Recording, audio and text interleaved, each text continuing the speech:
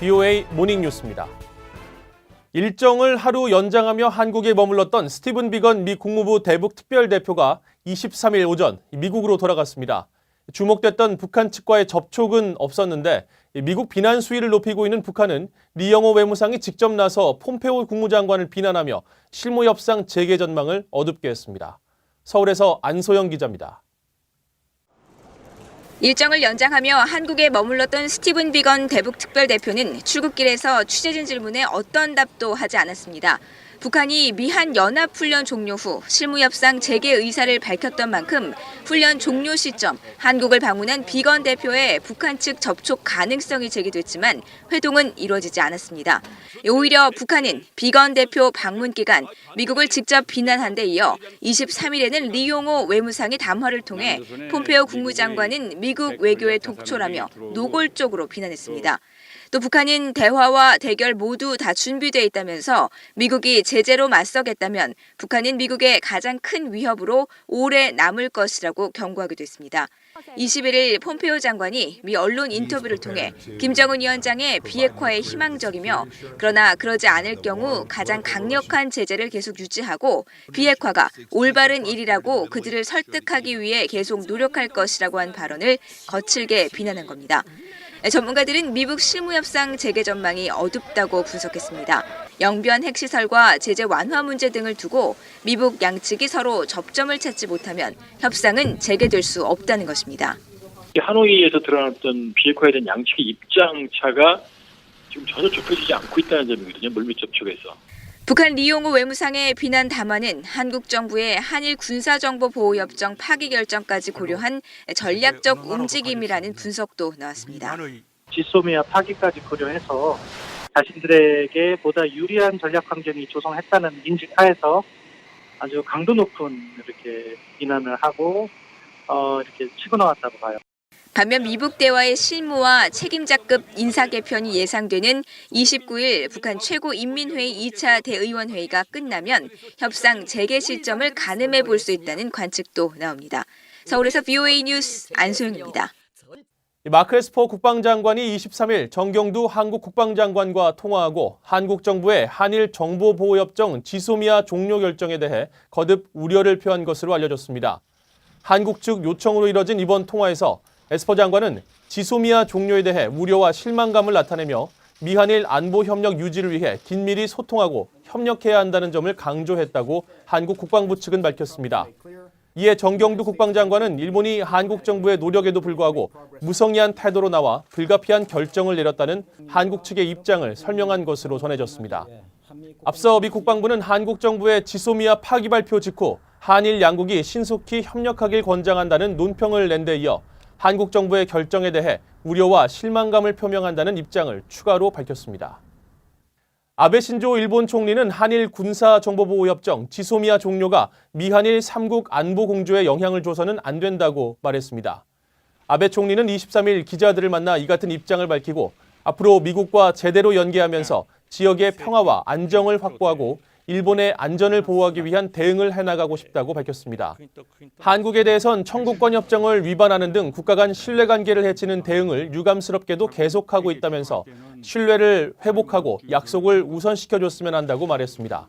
한편 중국 외교부 경상대변인은 정례 브리핑에서 군사안보 협력을 개시하거나 중지하는 것은 주권국가의 자주적 권리라면서 한국의 이번 결정이 지역의 평화와 안정, 한반도 평화 프로세스 추진에 도움이 돼야 한다며 제3자의 이익을 해치지 말아야 한다고 밝혔습니다.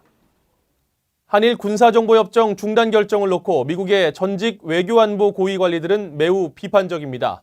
사실상의 미한일 삼각공조 탈퇴라며 한국 정부를 비판했고 앞으로 북한뿐 아니라 중국, 러시아의 분열 전략이 더 심화될 것으로 분석했습니다. 김동현 기자가 취재했습니다. 에반스 리비어 전 국무부 동아태 담당 수석 부차관보는 VOA에 이번 한국 정부의 결정은 일방적이라면서 한국은 삼각공조체제에서 사실상 탈퇴를 선언한 것이라고 비판했습니다. 특히 워싱턴에서는 한국 정부가 북한과 중국에 큰 선물을 줬다고 의심할 수 있다고 지적했습니다. And the fact that the South Korean government did this immediately in the aftermath of a Chinese-hosted trilateral dialogue in Beijing is going to raise all sorts of suspicions and hackles. 특히 북한은 오랫동안 미한 동맹뿐 아니라 미한일 삼각공조체제 분열을 노려왔다며 한국 정부 스스로 북한의 목표 달성을 앞당기는 데 도움을 줬다고 비판했습니다. 빈센트 브룩스 전 미한연합사령관은 매우 불행한 일이 벌어졌다고 밝혔습니다. 동북아시아 안보에 매우 중요한 한일 간 군사협정 파기는 다른 정보 공유까지 제한할 수 있다고 우려했습니다. Most unfortunate, because sharing of military information between Korea and Japan is very important to security in Northeast Asia. And the absence of such an agreement restricts even further that which can be shared.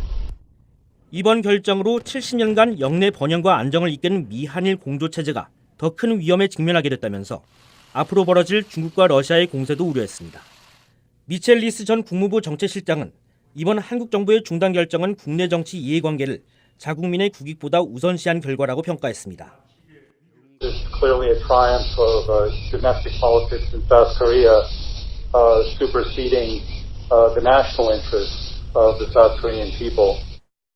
이어 한국 정부가 계속 국내 정치적 조치를 이어간다면 미국의 전현직 관리들은 한국 안보에 해로운 위험으로 간주할 것이고 미한 동맹에도 직접 영향을 줄 수 있다고 경고했습니다. VOA 뉴스 김동현입니다. 북한이 유엔 안보리 결의를 위반하면서 폴란드, 독일 등지에 있는 외교 공관을 불법 임대 사업에 활용하고 있는 것으로 알려졌습니다. 각국은 이를 막기 위한 법적 조치를 취하고 있는 것으로 파악됐습니다. 오택성 기자입니다. 북한이 유엔 안보리 결의를 위반하며 해외 공관에 불법 임대 행위를 하고 있는 나라는 폴란드, 독일, 불가리아, 루마니아, 파키스탄 등인 것으로 유엔 안보리 대북제재위원회 전문가 패널이 지난해 밝혔습니다. 북한의 외교 공관 임대 사업 금지는 지난 2016년 북한의 5차 핵실험에 따른 유엔 안보리 차원의 제재입니다. 당시 안보리는 결의 23215를 통해 북한 소유 해외 공관에 외교 또는 영사활동 이외 사용을 금지한다고 결정했습니다. 폴란드 외교부는 22일 VOA에 보낸 이메일 답변을 통해 바르샤바 주재 북한 대사관 부지의 불법 임대를 중단시키기 위한 조치를 취해왔으며 현재 결과가 나타나고 있다고 밝혔습니다. 폴란드 사업체에 북한 대사관 부지의 상업 목적 사용은 국제법 위반이라는 서한을 보냈고 그 결과 많은 업체들이 임대 계약 종료를 통보했다는 겁니다. 폴란드 외교부는 그러면서 다음 단계에 어떤 조치를 취할 수 있을지 계속 감시하고 분석할 것이라고 말했습니다. 독일도 VOA에 북한의 외교부지 임대 근절을 위해 노력하고 있다고 밝혔습니다. 독일은 특히 시티호스텔 분쟁을 설명했습니다. 지난해 북한 당국이 외교 공관을 임대해 숙박 사업을 하고 있는 시티호스텔 측과의 계약 만료를 통보했지만 북한이 아직 재판 비용을 내지 않아 해당 업체의 영업이 계속되고 있다는 겁니다. 독일 외교부는 그러면서 법 시행은 독일의 이익이며 해당 업체에 대한 법적 절차가 진행돼야 한다고 강조했습니다. 루마니아 외교부 역시 북한의 루마니아 내 외교시설 사용자금 조달을 제한하는 등 유엔과 EU의 대북 제재를 엄격히 시행하고 있다고 밝혔습니다.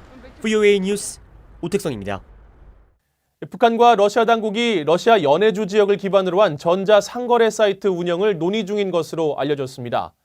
연해주 현지 언론과 북한 전문 NK뉴스 등에 따르면 북러 양측은 20일 회담을 갖고 두 나라가 공동 추진하고 있는 전자상거래 사이트 개설을 논의한 것으로 전해졌습니다. 고려 EB라는 이름의 전자상거래 사이트는 북러 양국 간 첫 온라인 전자상거래 플랫폼 구축 사례로 개설되면 미술작품, 비단, 천연 화장품 등 대북제재 위반 품목이 아닌 북한산 상품을 러시아 내 개인과 법인에 판매할 계획입니다. 스위스와 한국, 러시아가 올해 유엔을 통한 대북 인도적 지원의 70% 이상을 제공한 것으로 나타났습니다. 유엔 인도주의 업무조정국은 23일 갱신한 대북 지원 현황 자료에서 전체 목표액 1억 2,034만 달러 가운데 16.7%인 2천만 달러를 모금했다고 밝혔습니다. 이 가운데 스위스가 600만 달러, 한국 450만 달러, 러시아가 400만 달러로 전체의 72.4%를 제공했습니다. 유엔은 자체 모금과 별도로 적십자 등 기타 모금액 435만 달러를 더해 총 대북 지원 모금액이 2,440만 달러라고 밝혔습니다.